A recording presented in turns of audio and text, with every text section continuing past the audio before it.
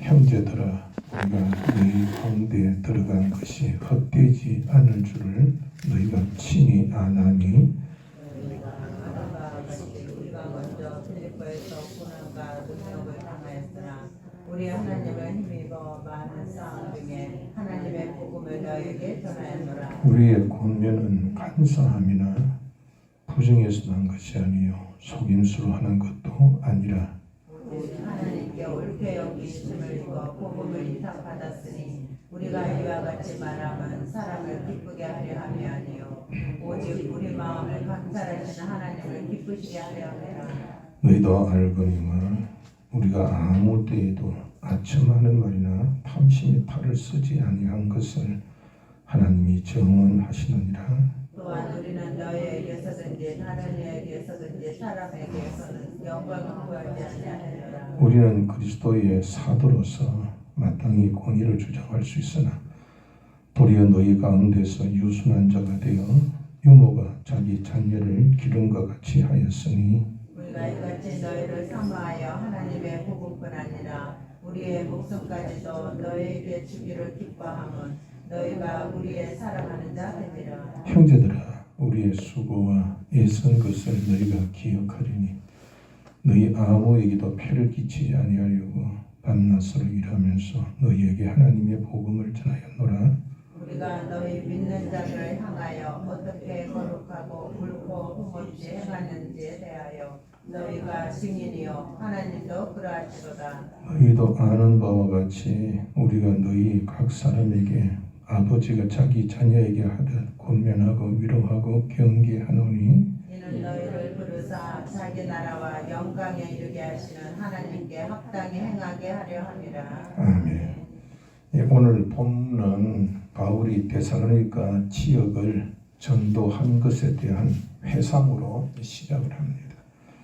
1절과 2절에서는 온갖 핍박 가운데에서 데살로니가까지 복음을 전하였더니 그 수고가 헛되지 않게 되었음을 하나님께 감사하고 또한 데살로니가 교인들을 칭찬하고 있습니다. 바울은 빌립보에서 복음을 전하다 매를 맞고 옥에 갇히기까지 하는 고초를 겪었지요. 그러나 옥중에서 옥문이 열리는 기적이 일어나 간수가 회개하고 예수님을 믿는 역사가 나타났고 또 바울은 자신이 로마의 시민권자임을 내세워 정당하게 풀려나온 후에 바로 이 데살로니가로 오게 되었던 것입니다. 데살로니가와 빌립보는 매우 가까운 거리에 있었기 때문에 바울과 실라가 고초를 당했던 사실을 이 데살로니가 교인들도 잘 알고 있을 것입니다. 바울은 데살로니가에서도 역시 고난을 받았습니다. 사도행전 17장에 보면은 유대주의자들이 바울의 선교 활동을 회방하였고 바울이 떠난 후에도 방해를 멈추지 않았다고 그렇게 기록되어 있습니다. 바울은 본문에서 이를 싸움이라고 그렇게 말하고 있어요. 이 싸움의 헬라어는 아곤입니다. 이거는 그냥 어떤 싸움이냐면 우리 영화에 보면 검투사가 경기장에서 검투사끼리 싸웁니다. 그냥 싸웁니까? 죽기 살기 싸웁니까? 한 사람 죽여야 돼요. 그런 싸움을 얘기해요. 그러니까 바울은 목숨을 걸고 방해자와 싸우고 목숨을 걸고 복음을 전했다는 뜻입니다. 그냥 목숨 건 게 아니죠. 처절하게. 3절은 바울이 마치 자신을 변호하는 듯한 모습을 보입니다. 그러나 그 이유는 바울을 시기하거나 바울의 복음을 문제 삼아서 모함하고 비난한 자들이 있었기 때문입니다. 그래서 이제 바울을 간사하더니 부정하다더니 속임수라든지 이런 전도자다. 그렇게 이제 저들이 모함했기 때문입니다. 간사라는 말은 헬라 플란데스로 잘못된 가르침, 미신을 뜻하고, 부정은 그 당시 거짓 교사들이 주 교회를 순회하면서 여러 가지 문제를 일으켰어요. 물질의 문제, 이성 문제를 일으켰는데, 바울도 이런 문제를 일으키는 자다, 그렇게 모함을 했지요. 그리고 속임수란 헬라 철학자로 위장하여서 궤변을 늘어놓다는 뜻을 합니다. 전하는 자를 부정하게 만들면은 그 전하였던 모든 복음도 역시 부정적이 되고 말아요.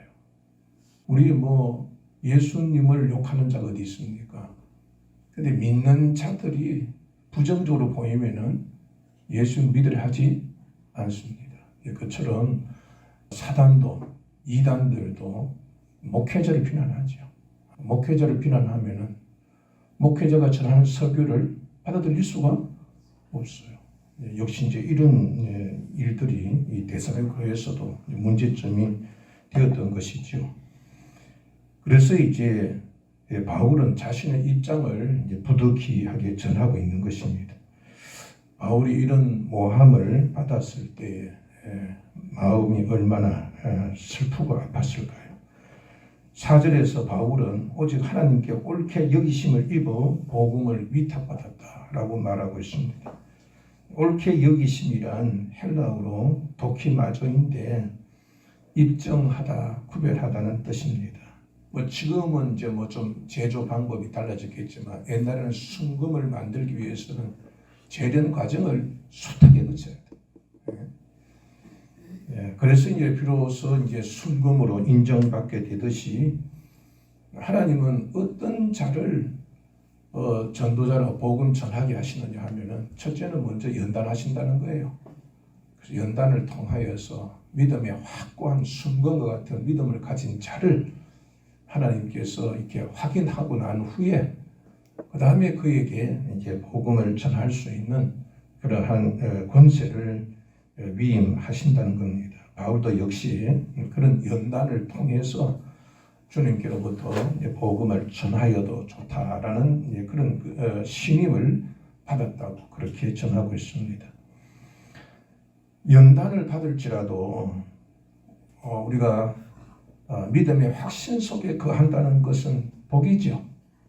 그냥 편하게 살면서 긴가민가 그렇게 신앙생활하는 것보다는 여러 연단을 통해서 정말 하나님이 살아계시는구나, 정말 예수님이 그리스도시구나, 그것을 아는 것이 더 큰 복 아니겠어요? 그래서 하나님께서 우리 연단을 주시는 거 아닙니까? 또한 우리의 마음속에서 성령님께서 이제 복음을 전하여도 좋다라는 뜨거운 열정을 주실 때, 그것이 우리 성도들에게는 그 무엇보다도 큰 보물일 것입니다. 그렇게 인정을 하나님께 받고 마음이 뜨거워질 때는 우리가 누구를 위해서가 아니라 정말 나를 인정해 주신 하나님께 대하여 최선을 다하여서 그 사명을 감당하려 하지 않겠습니까? 바울이 그 얘기를 하고 있는 거예요. 내가 사람들에게 잘 보려 하거나 내가 어디 물질을 탐했은 게 아니다. 하나님께서 나를 이렇게 복음으로 확정을 해주셨고 내 마음은 이렇게 뜨겁게 해주셨고 나는 이것이 너무 고맙고 감사해서 그래서 나는 하나님의 영광을 위하여서 이렇게 너희의 복음을 전하는 것이다. 그런 자기의 마음을 좀 전하고 있는 거예요. 5절에서는 바울은 자신의 말이 거짓되지 아니함을 나타내기 위해서 마치 내가 한 얘기, 내가 한 행동 하나님 다 알고 계셔, 하나님께 맹세하게 그렇게 하듯이 하나님이 나의 정인이다 그렇게 얘기하고 있습니다. 그리고 6절과 7절에 보면은 자신은 사도로서 권위를 주장할 수 있었으나 오히려 유모가 자기 자녀를 기름과 같이 하였다고 말합니다. 그 당시 성도들은 사도들에게 존경을 표하고 선교 여행할 경우에는 여비나 이 식비를 제공하는 의무가 있었습니다. 그러나 바울은 그런 어떤 영광을 또 그러한 어떤 권위를 받으려고 하지 아니하고 마치 유모가 자기 자녀를 지극히 염려하며 보살피듯이 그렇게 교인들을 사랑했다는 것입니다. 바울은 그냥 단순히 내가 복음을 전해야지 그렇게 전한 게 아니라 자기의 목숨까지도 내어줄 만큼 사랑했다는 거예요. 그냥 의무적으로 아유 복음 전해야지 그게 아니라 막 저 한 사람 한 사람에 대한 애정을 갖고 복음을 전했다. 사랑하는 사람에게는 우리가 어떻게 대합니까? 막 주장하고 억압해요. 주장하는 자세를 버립니까? 항상 사랑하는 앞에 가면 그 앞에 가면 아무리 강철 같은 사람이면 사랑 앞에 가서 뭐 얼굴 쪽발 쳐다보지 못. 그리고 그 사람이 뭘 원하는지 주고 싶어 하지 자기를 막 자랑하고 억압하려지 않습니다. 이처럼 바울은 데살로니가 교인들에게 폐를 끼치기 싫어서 부담을 주기 싫어서 밤낮 자기 가진 기술로서 그렇게 일하면서 자기 어떤 여비를 충당하면서까지 복음을 전했다고 했습니다. 바울이 이렇게 나는 이런 사람이야 이렇게 자기 자신을 드러내려고 한 얘기는 절대로 아니에요. 그러나 이렇게 자신이 수고하며 애쓰며 사랑으로 복음을 전하여 열매 맺히기까지 했었는데 거짓 교사들의 이 모함으로 인하여서 데살로니가 교인들의 마음이 닫혀져서 이 복음에서 벗어나거나 다른 복음에 물들까봐 염려되어서 아마 그렇게 했을 것입니다. 10절에서도 바울은 자신의 선교사에게 얼마나 순수하고 진실했는지 자신은 거룩하고 옳고 흠없이 행하였다고 그렇게 강조하고 있어요. 이 거룩함이란 하나님 앞에서의 자세를 말하고 옳음이란 대인관계의 자세를 말하고 흠이 없다는 것은 책망이나 비난할 것이 없는 자기 자신에 대한 반듯한 자세를 말합니다. 성령의 열매도 사랑과 희락과 화평은 하나님께 대한 자세지. 오래 참고 자비하고 양선한 마음을 가지는 것은 사람들에 대한 자세고 충성과 온유와 절제는 자기 자신에 대한 자세인 것을 우리가 생각해 보면은 바울은 성령의 열매를 맺은 성품으로서 이 사역을 감당했다고 볼 수 있는 것입니다. 그런데 바울은 10절 하반절에서 이런 자신의 사역에 대해 겪어보았던 데살로니가 성도들 스스로가 정인이 아니냐. 또한 분명히 하나님께서도 정인이 되어주실 것이라고 이렇게 밝히고 있습니다. 데살로니가 교인들도 사도 바울을 겪어보았으니까 바울이 어떻게 하였는지 저들도 부인하지 못할 것입니다. 바울은 유모가 아기를 양육하듯이 염려하고 보살폈다고 이미 말한 바 있는데 11절에서는 아버지가 자기 자녀들에게 하듯 권면하고 위로하고 경계하였다고 그렇게 말합니다.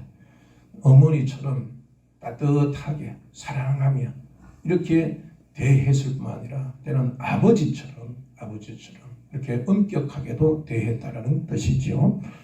여기 권면이라는 말은 헬러 파라칼레오인데 곁에서 권위 있게 가르치는 것을 말하고 위로라고 하는 것은 개인적으로 불러서 타이르거나 격려하는 것을 말하고 경계란 마르티로마인데 잘못된 길을 갈 때에 곁에 서서 바른 길로 인도해 준다는 뜻입니다. 이렇게 곁에 서서 한 사람 한 사람에게 애정을 가지고 가르쳤다는 뜻이죠. 왜 내가 이렇게 했느냐? 거기에 대한 목적에 대해서 12절에 이렇게 말씀하고 있습니다. 너희를 부르사 자기 나라와 영광에 이르게 하시는 하나님께 합당히 행하게 하려 함이라. 내가 왜 이렇게 했는지 아니? 그 이유는 바로 이거야. 그렇게 얘기한 건데, 자, 하나님께서 왜 이 세상에 예수님을 보내셨습니까? 그리고 왜 복음을 전하여서 예수님께 나아오게 부르셨습니까? 그 이유는 모두 다 하나님의 나라와 영광에 참여하게 하기 위함이죠. 우리 예수 믿는 이유가 뭐예요? 하나님께서 왜 예수님 보내셨어요? 왜 우리를 예수 믿도록 이렇게 복음을 전하게 하셨을까? 그건 다 우리가 구원받기 위함이죠. 하늘나라에 들어가게 하기 위함이에요. 그 영광에 참여하게 하기 위함이에요. 하나님의 나라는 예수님 안에서 이미 이루어졌지만은 예수님의 재림과 산자와 죽은 자의 부활과 심판 이후에 구원받는 자가 들어갈 나라, 그 나라는 아직도 남아있죠. 남아있습니다. 그 나라가 임할 때에 하나님의 영광을 보게 될 거예요. 저 탈북자들이 한국에 넘어오면은 마치 그냥 50년 이후의 세계를 보는 것까지 놀란다 그래요. 깜짝깜짝 놀란다. 아마 우리는 하늘나라에 가면은 상상지 못한 일들을 우리가 보고 놀라게 돼요. 그게 다 하나님의 뭐예요? 놀라우신 영광에서 나타나는 하나님께서 보여주신 그 놀라운 일들, 그것이 영광이죠. 하나님께서는 그 영광을 우리에게 보이시고 그 영광에 참여하게 하시려고 우리를 부르신 거예요. 그렇다면 우리들이 이미와 아직 사이에서 우리는 살아야 돼요. 그럼 어떻게 해야 돼요? 믿음을 지켜야 되겠어요? 그냥 되는 대로 살아야 돼요? 되는 대로 살면 안 되죠. 저 아브라함의 자손이다. 그렇게 뭐 그냥 기정 그걸 사실을 받아들여서 우리는 이미 구원받았으니까 우리는 뭐 어떻게 살아도 괜찮다. 그 이스라엘 백성들이 그 자만함이잖아요. 그래서 저주를 받았던 것처럼 너희들도 이 구원받았으니까 그냥 되었다. 그런 생각하면 안 된다. 이미와 아직 사이에서 우리는 살아야 하는 사람들이기 때문에 거룩하게 살아야 됩니다. 끝까지 부르심을 받은 성도로서 끝까지 합당한 생활을 해야 된다.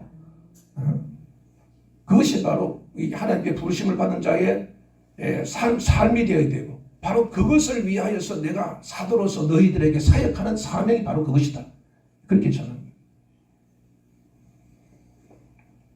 난 이 설교를 준비하면서 목회자로서 바울이 참 그렇게 참 마음이 힘들었겠구나 그런 마음을 제가 함께 이렇게 나눌 수가 있었습니다. 그리고 우리 교회는 이단들이나 마귀론에서 목회자가 일일이 변명해야 하는 그런 일들이 일어나지 않기를 바라고 또한 바울의 수고가 헛되지 않았던 것처럼 목회자의 수고와 또 성도들의 믿음이 많은 결실이 맺었으면 좋겠다.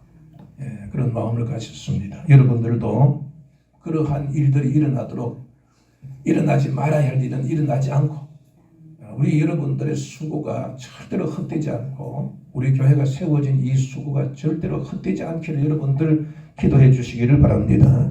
그리고 누구나 복음을 전해야 한다는 사명을 가진 성도라면은 확실한 믿음을 가져요.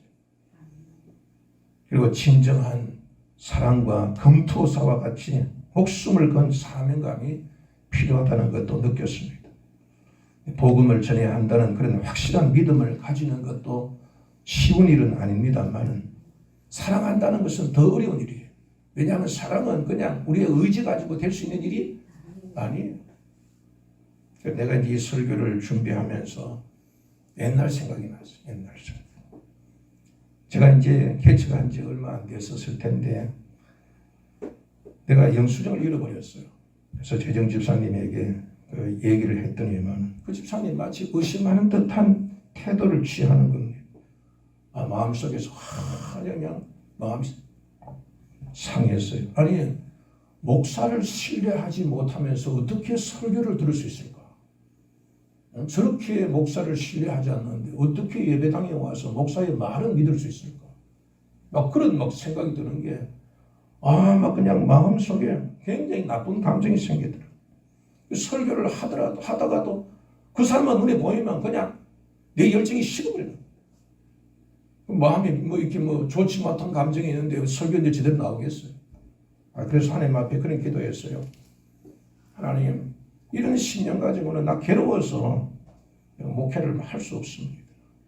그러니까 목회를 하게 하신 것도 하나님이시니까 내가 마음대로 그만둘 수 없으니까 하나님 그만두라고 그렇게 주님 허락해 주시든지 아니면 미워하지 않도록 마음에 그런 감정이 생기지 않도록 내게 사랑할 수 있는 마음을 달라고 금식하며 기도했어요.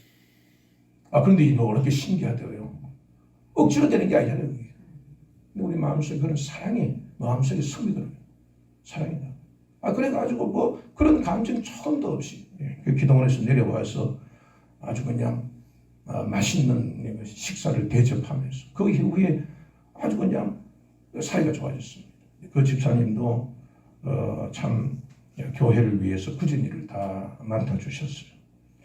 여러분, 부모가요 자식을 사랑하지 않고 양육할 수 있겠습니까? 밭에서 일하는 것보다 더 어려운 것이 아기를 돌보는 일인데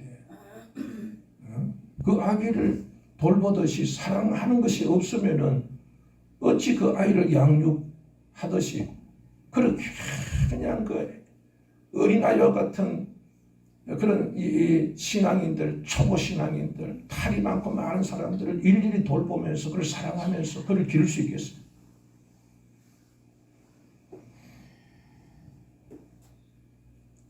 진정 진리와 사랑을 위해서라면은 사람들은 검투사와 같이 목숨을 걸고 싸울 수가 있습니다. 진리, 옳은 것 앞에서는 나도 거세게 항의할 수 있죠. 왜? 진리가 내가 알고 있는 확실한 거니까. 누가 거짓이라 하더라도 나는 거의 대항할 수 있는 마음속에 힘이 있다고. 그뿐만 아니라 진리도 그렇지만 사랑 또한 그렇습니다. 사랑을 위해서라면은 검투사와 같이 자기 자신을 위해서는 어머니들이 검투사와 같이 목숨 내고 싸우잖아요. 이게 사랑의 힘이에요. 우리에게는 주님의 영광이 남아 있습니다. 그리고 성도에게 가장 큰 복은 흔들리지 아니하는 복음이 있다는 것이고 또 하나님께 복음을 전하여 좋다는 그런 인정을 받고 열정을 가진다는 그것보다 더 큰 성도의 무기가 어디 있겠습니까? 그것이야말로 성도의 가장 큰 힘이 되고 그것은 가장 큰 보물과 같은 그런 값진 것일 것입니다. 그러나 이것은 진정으로 하나님의 은혜 없이 사람의 노력 가지고는 불가능한 일이에요. 그렇다고 하지 못한다고 할 수 없다고 포기하지 맙시다. 그래서 목숨을 거는 검투사와 같이 결사적으로 야곱의 환도뼈가 부러지는 것과 같이 그렇게 주님 앞에 매달렸던 것처럼 우리도 하나님 앞에 그렇게 힘써서 구합시다. 그래서 바울처럼 우리의 기도와 우리의 수고와 우리의 전도가 결코 헛되지 아니하고 열매 맺게 되는 그런 기쁨이 있게 되기를 주님의 이름으로 축복합니다. 기도하십시오.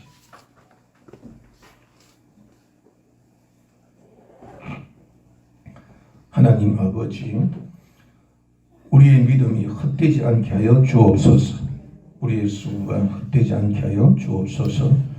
거짓된 것으로 속이고 이간시키는 마귀의 미혹에 넘어지지 않게 도와주시옵소서. 목숨을 걸고라도 믿음을 지킬 수 있는 복음의 확신과 전하지 않고 견딜 수 없는 뜨거운 열정을 저희에게 허락하여 주옵소서. 그리고 기꺼이 수고하고 헌신할 수 있는 사랑의 은사도 허락하여 주시옵소서. 악한 자들이 득세하는 세상일지라도 믿음을 볼 수 없는 마지막 때일지라도 주님의 나라가 임할 때 그 영광에 참여하기 위해 우리가 부르심을 받았다는 것을 기억하고 영적인 전쟁에서 반드시 이기며 끝까지 남는 자가 되게 하여 주옵소서. 복음을 전하기 위해 바울과 실라가 밤낮으로 일하였던 것처럼 저희들에게도 병든 몸 치료하시며 건강케 하여 주시고 또한 물질도 주셔서 힘써 사명 감당하게 하여 주옵소서. 6월에 있을 전도대회에 잘 준비하여 큰 체험을 하게 하여 주시옵소서. 보상과 건축과 이전에도 함께하여 주셔서 많은 영혼 구원하도록 인도하여 주옵소서. 오늘 하루도 주님과 함께하는 복된 날이 되기를 간절히 비오며 예수님 이름으로 축복하고 기도합니다. 아멘.